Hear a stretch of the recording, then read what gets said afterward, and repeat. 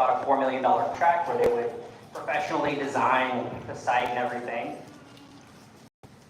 And we know that they have at least selected this parcel by September of 2020. We know that, one, because they've already done several environmental studies. The city's not just going to like throw a bunch of those out there. And we have some other corroborating documents that at least tie that by September of 2020, they have already selected the site in Brentwood. The community has no idea. This is years ago. And then about a year later, we show at least a document that shows the sign saying they've selected this Gulf Air Boulevard site. And this was the document. Again, some of these were screenshots from our FOIA requests.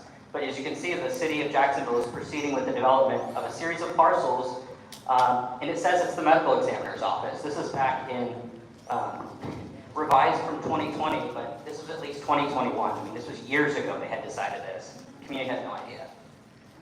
So, fast forward to 2023. This was around the time that Ms. Bell was talking about just randomly hearing construction happening down the way.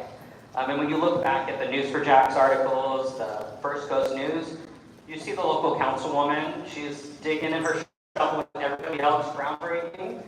We also see Tim Crutchfield, whose empty chairs at the end. He was the gentleman with the medical examiner's office that sort of spearheaded this development. He's the one who went to the public works department. He's the one who went to the procurement department so they could start getting the ball rolling. And so they also didn't have zoning for the appropriate zoning for this facility when they began building, but they staged it in a way where they could just sort of wait and get permitting like right before they did the next step. And I don't know if that's intentional to cloud this in a little bit of secrecy, but it's got to be, right? So then a month later, not even a month later, about a week later, we start to see stuff come up to the Land Use and Zoning Committee within City Council here in Jacksonville, and where they actually submit a request to rezone the property because it was not zoned appropriately for the project to begin with. And again, this is right around the time that the community has found out about it. The first notice of public hearing was posted. I looked in this image and there's like a bunch of palm trees. I couldn't figure out where this was even posted at. I truly drove all around. I could not figure it out. But this was they said this was their required notice of public hearing in 2023, which is again years after they had already invested millions of dollars and signed. I think they were on the 7th amended contract with Gresham and Smith by this point. And so the City Council in June of 2023 had their first public hearing. Nobody in the community knew, so nobody was there.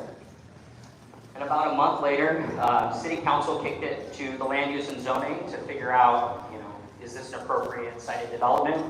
Ultimately, all of the public comment that was there, I mean, a lot of the folks in this room were folks who were giving public comment at that meeting. Everybody was against it. There wasn't a single person in the community who was for it. You hear all the City Council members, except for like one, saying, how can this happen? How did the city go ahead and do all of this without having any contact with the community?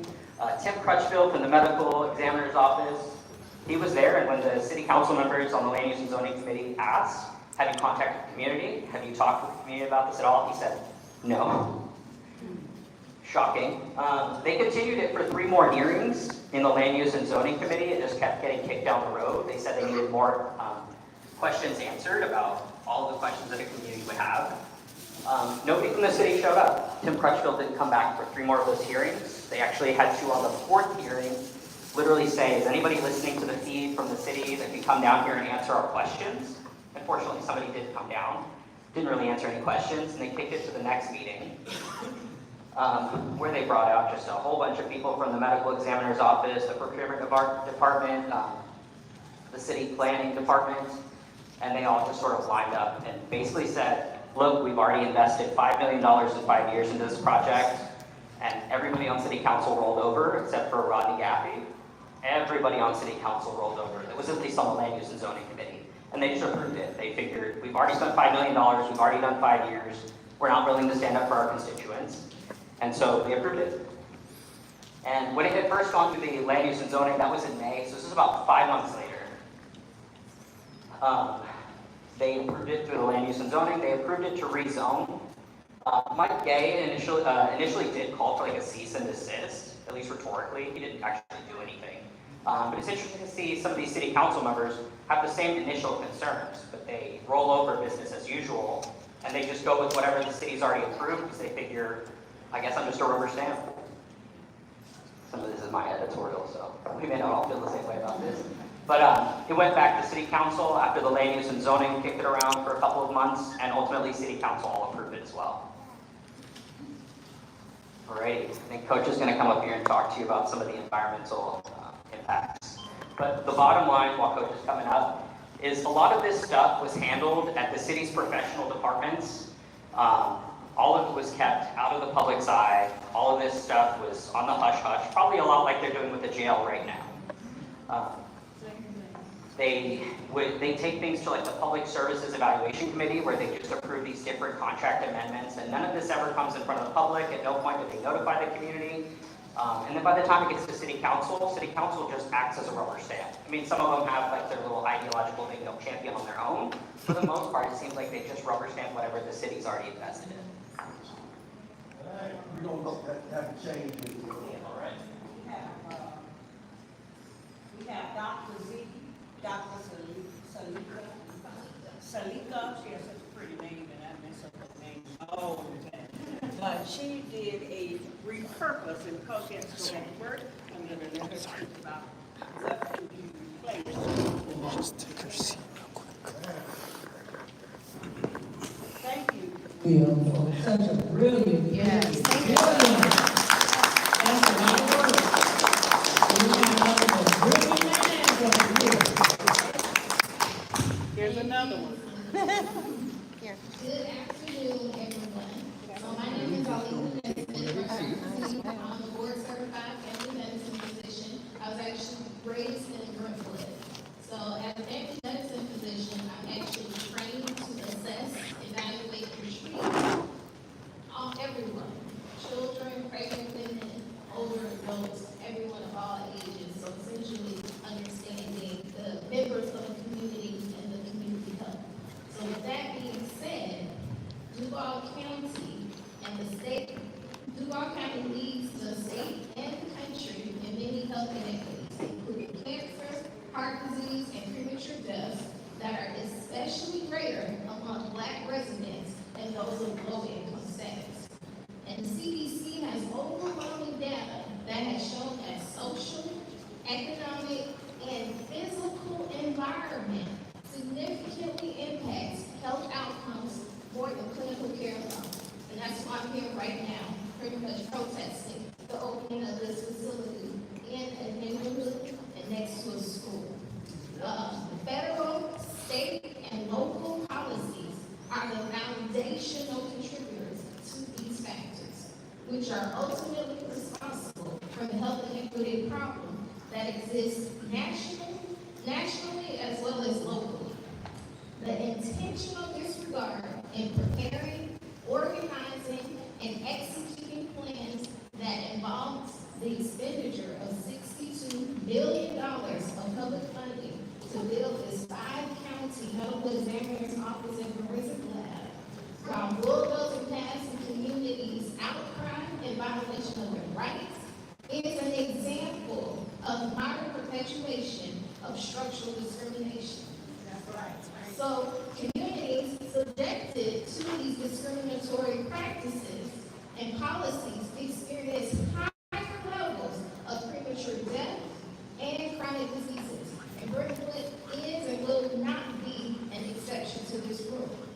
And the current location of this facility threatens health by potentially increasing the risk of asthma and COPD exacerbations, along with new cases, along with increased rates of cancer risk, along with neurological disorders as well.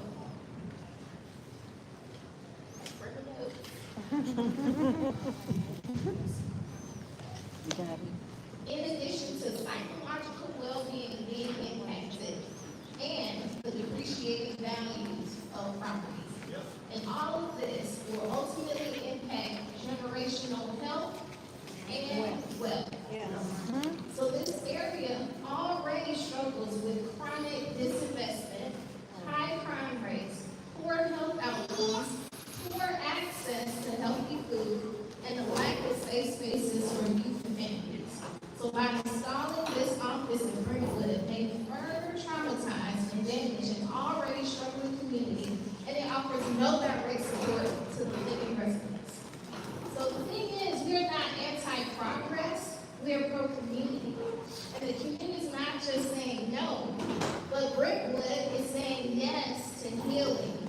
hope, and holistic development. So we do not believe, no matter what anyone says, that it's too late to revisit the decision, regardless of how much money has already been spent, to pause the opening of this new medical examiner's office in the forensic lab, and to move to a more industrial, non-residential zone where it belongs in the first place. That's right. While investing in a project that transforms that space into a center rooted in life and not death. And instead of a morgue, we envision and need a space that uplifts the living. A multi-use community wellness, empowerment, and arts center, serving as a hub for community engagement, education, health, wellness, economic opportunity, and cultural enrichment. Yes. Beautiful.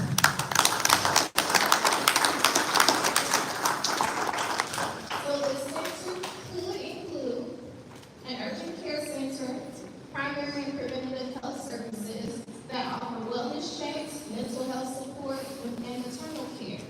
Because evidence shows that facilities that offer preventative care reduce ER visits and improve quality of life and promotes health equity. The center could also include youth and family programs offering tutoring, summer learning and after-school enrichment, a study place, a tech lab, because increased programming has been shown to decrease youth arrest by 40%. And it also reduces crime through opportunity that's presented to our youth. Also, opportunity for workforce development by offering vocational training, entrepreneurial support, especially for youth and those returning citizens. Because again, opportunity for job creation through renovations, long-term staffing, allowing local vendors and minority-owned contractors to be prioritized will also reduce crime rates and increase economic opportunities. And vocational school and tutoring services actually reduce dropouts and build a skilled labor force. And right now, we especially need that. Also, for our seniors, a senior day center, a place for senior engagement. Also, offering community meeting space in a civic club, or voting, town halls, neighborhood meetings. There's a reason why the urban community has to come here to the Legend Center, or either to Emmett Reed. We actually don't have a facility in Brentwood to have neighborhood community meetings. Yes. As a matter of fact, when the Brentwood Library has to be used at time, and it actually is hosting Furman. I saw it for myself at a place where there are children and older adults that commune there on a daily basis. So again, there's a need that the city is not meeting. So that's where the money can be spent on, that investment. Also, outdoor wellness features, and again, healing and trauma-informed services. So there actually is a return on investment when cities invest in their communities.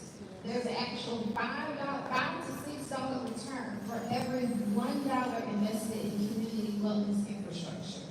It also reduces emergency, medical, and criminal justice costs long term. With that being said, keep an eye out on where they're going to be placing this new prison.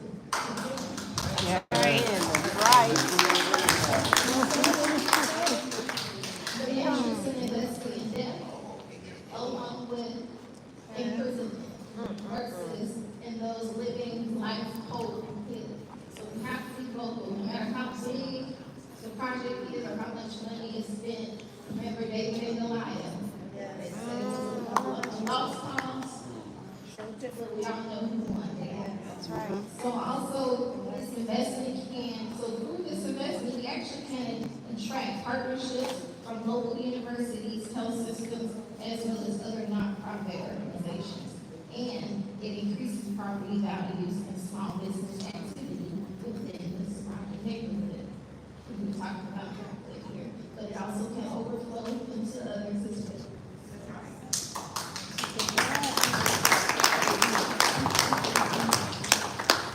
So I'll leave it there. Please sign a petition for